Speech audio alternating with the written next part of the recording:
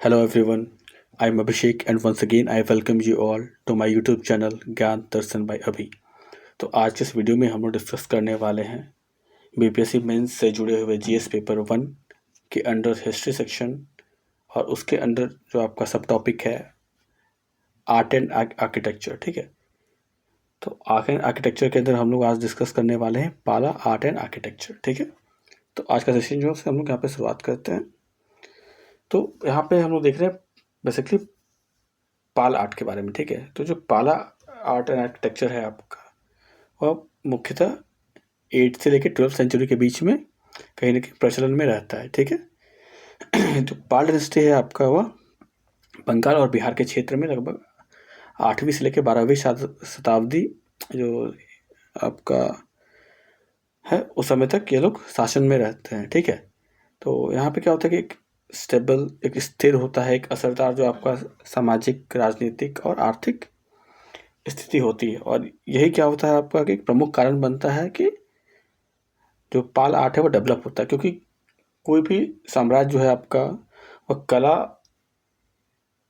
पे ध्यान तभी दे पाएगा जब वह आर्थिक रूप से आपका कहने सशक्त हो या फिर पॉलिटिकली भी आपका स्टेबल हो। क्योंकि अगर कोई जो एम्पायर अगर वो आपका अनस्टेबल है, अस्थिर है, तो उस स्थिति में वह इन सब चीज़ों पर ध्यान ही नहीं दे पाएगा। तो कभी भी हमने जितने भी इससे पहले भी जो भी हमने यहाँ पे कला के बारे से जुड़े हुए साम्राज्य के बारे में पढ़ा, तो कहीं ना हम सब में एक कॉमन फीचर था कि वह सभी साम्राज्य जहाँ पे जो कला है वह कहीं ना कहीं फ्लरिश होता है, तो वह सब कहीं ना कहीं पूरी तरीके से एक संपन्न जो आपका साम्राज्य है वह थे। ठीक है, तो वैसे यहाँ पे भी हमें जो पाल है आपका वह भी पाल वंश है आपका 8वीं से लेकर 12वीं शताब्दी तक काफ़ी एक समृद्ध जो आपका साम्राज्य है वह होता है। और यही कारण है कि वहाँ पर जो कला और संस्कृति है उसका डेवलपमेंट काफ़ी अच्छे लेवल पे होता है। ठीक है,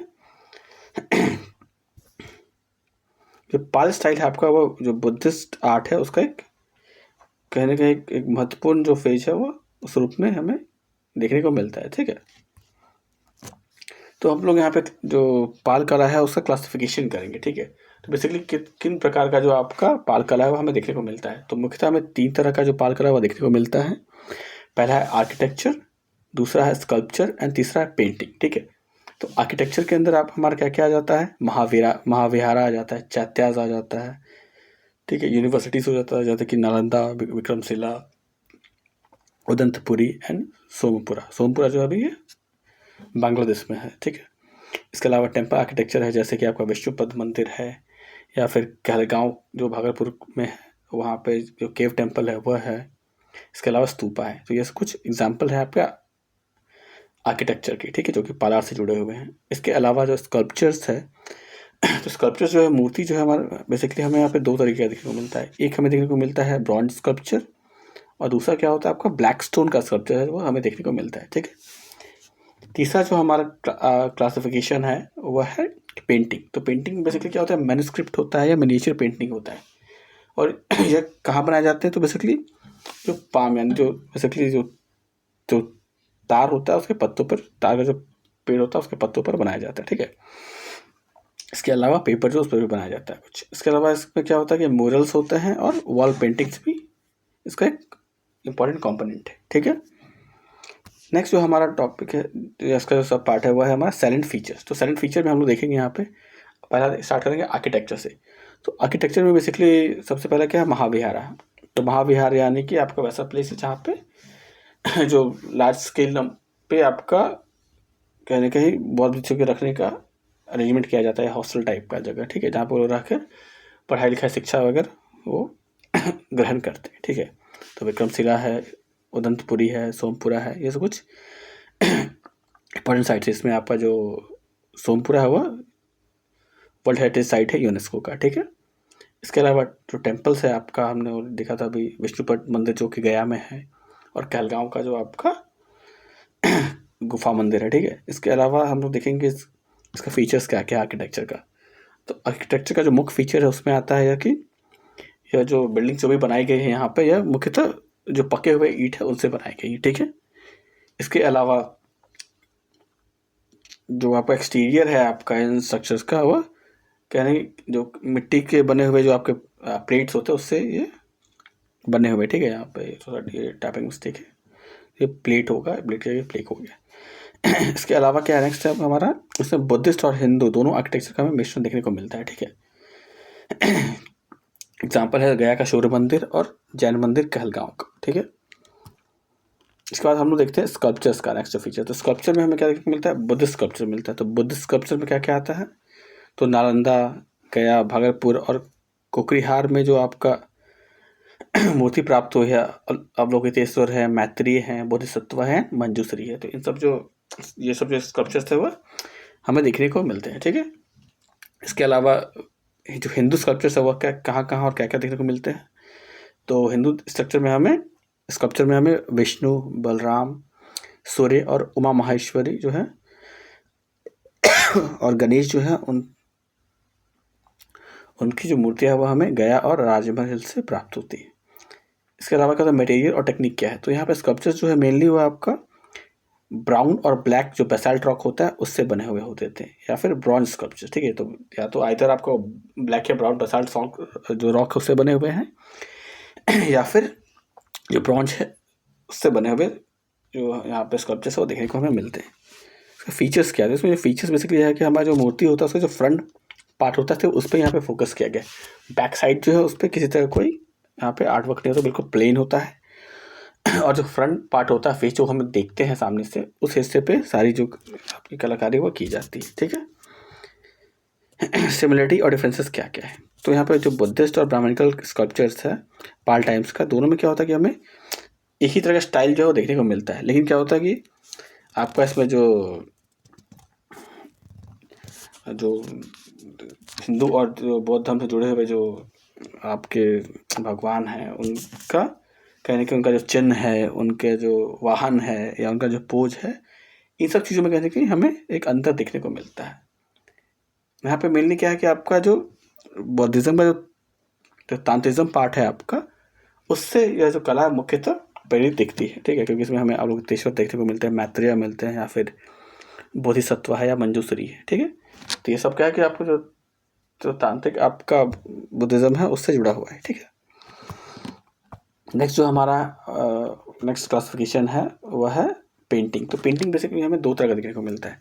एक होता है मैन्युस्क्रिप्ट या मिनिएचर पेंटिंग। इसमें क्या होता है कि आपका जो धार्मिक जो ग्रंथ है उससे जुड़ी हुई चीज़ों को जो जो पाम होता है यानी जो खजूर जो होता है उसके पत्ते, तार जो होता है उसके पत्ते पे ड्राइंग उस पर बनाया जाता है, और साथ में बड़े बड़े अक्षरों में जो ड्राइंग होता है छोटे छोटे उसके बगल में कुछ ना कुछ सजावटी अक्षरों में लिखा जाता है, ठीक है। इसके अलावा मोरल्स या वॉल पेंटिंग, इसके अलावा क्या होता है कि जो दीवार है उसके ऊपर भी उसको पेंट जो किया जाता है, ठीक है। तो फीचर्स देखते हैं हम लोग एक बार, इसका features of Indian miniature art क्या क्या है, ठीक है। तो बेसिकली यहाँ पे क्या होता है कि जो यहाँ पे बेसिकली मिनिएचर स्टाइल में फोकस करता है, ठीक है। इसके अलावा क्या होता है कि जो कैरेक्टर है यहाँ पे मेन उसे कहने आउटलाइन किया जाता है, और साथ ही साथ क्या होता है कि इसका जो कंपोजिशन है, कलर है या इन्फ्लुएंस और लेगेसी है वह सब भी आपका मुख्यतः जो कला है उससे मिलते जुलते हैं, ठीक है। इसका मीडियम देखें तो मीडियम क्या है इसमें, तो मीडियम है यहाँ पे बेसिकली जो जो आपको बताया, आपको पाम के पत्ते पे ये बनाए जाते हैं, ठीक है। बुद्धिस्ट टेक्स्ट जो उसके ऊपर लिखा जाता है, ठीक है।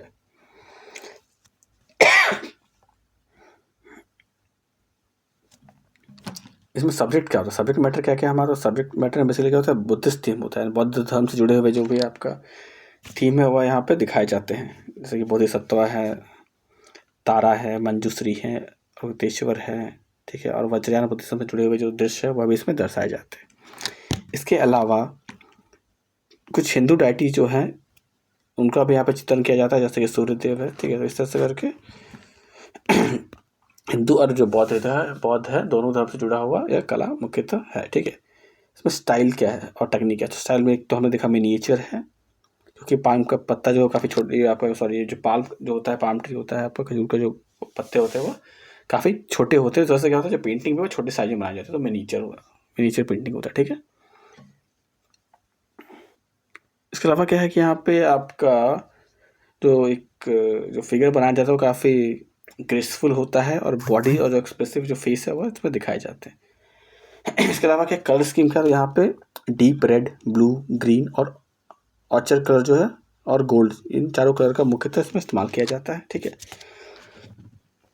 और जो बैकग्राउंड है आपका वह जनरली सॉलिड कलर्स में पेंट किया जाता है ताकि जो मेन सब्जेक्ट है उसे हाईलाइट किया जा सके। ठीक है, इसके अलावा उसका कंपोजिशन क्या है, तो कंपोजिशन में हमें यहाँ देखने को मिलता है सेंट्रल फिगर है। यहाँ पे जो सेंट्रल जो फिगर है आपका वह कहीं ना कहीं जो बैकग्राउंड में जुड़े हुए जो चीज़ें हैं उससे बड़े होते हैं, ताकि क्या होता है जो सारा फोकस है वो मेनली जो मेन सब्जेक्ट है आपका उसके ऊपर जा सके। इसके अलावा क्या है कि यहाँ पे सिमेट्रिकल पैटर्न जो है वो हमें देखने को मिलता है।